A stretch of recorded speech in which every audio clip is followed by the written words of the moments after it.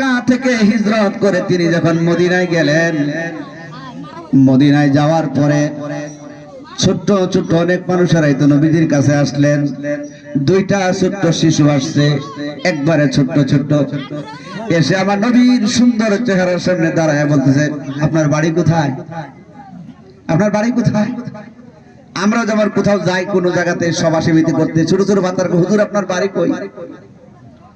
কেমন আমার দয়াল নবীজির সুন্দর চেহারার দিকে তাকায় বলে, ও মুসাফির, আপনার বাড়ি কোথায়? আপনার এত সুন্দর চেহারা, বলেন আপনার বাড়ি কোথায়? আল্লাহর নবী বলেন, আমার বাড়ি মক্কায়। মক্কার মানুষ আমাকে থাকতে দিল না, আমাকে জ্বালা যন্ত্রণা দেয়, আমাকে কষ্ট দেয়। এই জন্য আমি মক্কা ছেড়ে তোমাদের দেশে চলে আসছি। তোমাদের দেশের মানুষ আমাকে বেশি ভালোবাসে, মদিনার মানুষ আমাকে ভালোবাসে, সেজন্য আমি চলে আসছি। ছোট্ট ছোট্ট বাচ্চা দুটো বলেন, নবীজি, কে আপনাকে বেশি কষ্ট দেয়? ডাক দিয়ে বলে, সেই ব্যক্তিদের মধ্যে প্রথমে যে ব্যক্তিরা, তার নাম হলো আবু জাহেল, সে আমাকে বেশি কষ্ট দেয়। এবার দুই ভাই সেখানে দাঁড়িয়ে শপথ করলেন, আর ভাই হাতে হাত দিয়ে তারা শপথ করলেন, ওই কাফের যদি কোনোদিন আমরা তাদেরকে নাগাল পাই, আমরা তাদেরকে দুনিয়ায় বাঁচতে দিব না, দুনিয়ায় তাকে বাঁচতে দেব না।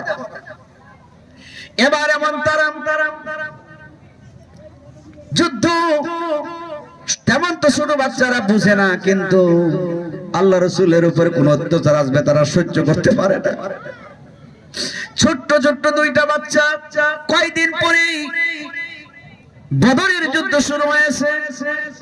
বদরের যুদ্ধে আমার নবীজির কাছে সাহাবায়ে কেরাম আসতেছে, সবাই অনেক লেংরা কানা খোরা থেকে শুরু করে বিভিন্ন রকমের লোকেরা আসতেছে, নবীজি ডাকে যুদ্ধে শরীক হবে। আমার নবী বললেন, না না, এরকম মানুষ নিয়ে তো যুদ্ধে যাওয়া যাবে না, তার তো একটা সিরিয়াল সিস্টেম লাগবে। আমার নবী বললেন, সবাই লাইন করে আসো। আমার নবীজির কথা অনুযায়ী সবাই লাইন হয়ে কাতারবন্দি হয়ে আসতেছে, আর আমার নবীজি সবাইকে মেপে নিচ্ছেন, মাপ চুপ দিয়ে দিয়ে দিয়ে দিয়ে নিচ্ছেন। এরকম মাপদুক যখন চলছে, ওই দুইটা ছোট্ট ছোট্ট শিশু তারাও কিন্তু সেই লাইনে শরীক হয়েছে। এবার আমার নবী যখন ছোট ছোট বাচ্চাদেরকে হটিয়ে দিচ্ছেন, এবার ওই যে দুই ভাই একসঙ্গে দাঁড়িয়েছিল, একজনের বয়স কিতাবের মধ্যে আসছে 8 বছর, আরেকজনের বয়স হলো 10 বছর। ছোট্ট ছোট্ট শিশু, তাদের নাম হলো মাআজ আর মাআওয়াজ। মুসলমানেরা, নবীর ভালোবাসা কাকে বলে?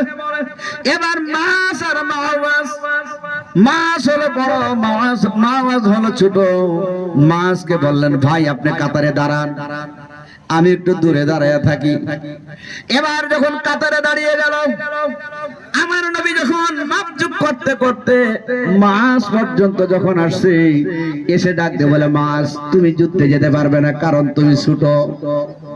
এবার মাস ডাক দিয়া বলেন, নবীজি, আমি ভেবেছিলাম যুদ্ধে যাব। বলতেছেন, তোমার মা নাকি বাড়িতে আছে, তোমার বাবা নাই? বলে, হ্যাঁ আমার মা দুনিয়ায় আছে বেঁচে, কিন্তু বাবা নাই।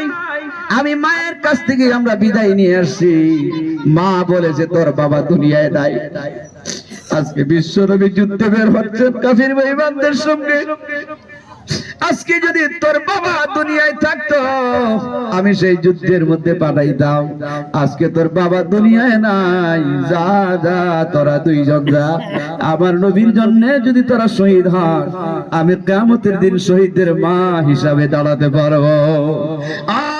নবীজি, আমি মায়ের কাছ থেকে বিদায় নিয়ে আসছি, নবী গো মেহেরবানি করে আমাকে শরীক হওয়ার শক্তি দেয়।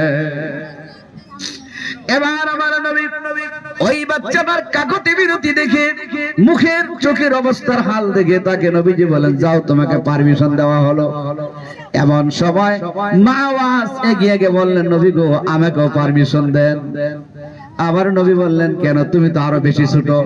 বলে, ছোট হইলে কি হবে গো নবী, আমার শরীরে শক্তি আছে। আপনি যাকে পারমিশন দিয়েছেন আমি তাকে সে যদি আমার সঙ্গে কুস্তি লড়াই করে আমি তাকে অনায়াসে নিচে ফেলে দিতে পারবো। একটু কুস্তি লাগাই আপনি দেখেন কে জিতে কে হারে।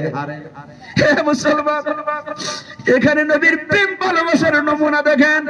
একটা 8 বছরের 10 বছরের বাচ্চার অন্তরে যদি নবীর প্রতি এত মহব্বত হয়, আজকে আমাদের বয়স 80 বছর হয়ে যাচ্ছে, কতটুকু মহব্বত আমাদের অন্তরে বিরাজ করে।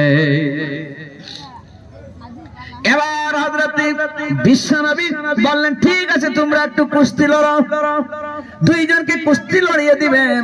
এমন সময় ছোট ভাই বড় ভাইয়ের কানে কানে বলছে, ভাই রে, তোমার তো শক্তি বেশি আমি ভালো জানি, তুমি তো আমাকে অনায়াসে নিচে ফেলে দিতে পারবে, কিন্তু ভাই যুদ্ধের ময়দানে যাওয়ার জন্য মা আমাদের দুইজনকে বিদায় দিয়েছে, এখন তুমি শরীক হবে আর আমি পারবো না, এটা হয় না।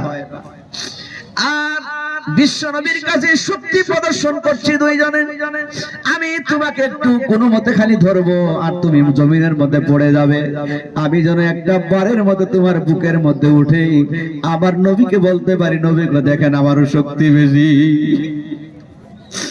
এ মুসলমানেরা, এখানে আমার নবীর প্রেম ভালোবাসা সাহাবাদের অন্তরে কেমন একটু লক্ষ্য করেন।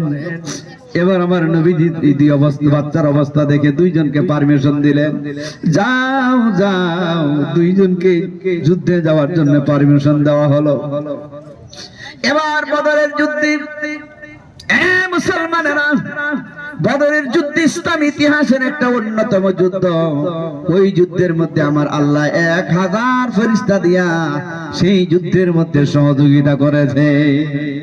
1000 আলফুম মিনাল মালাইকাতি মুরদিফিন, 1000 ফেরেশতা দিয়েছেন। সেখানে শয়তান বেচারা আবু জেহেলের পক্ষ নিয়ে সেও গিয়ে হাজির। শয়তান বিরাট বড় সেনাপতি সেজে একবার ঘোড়া তলোয়ার নিয়ে হাজির।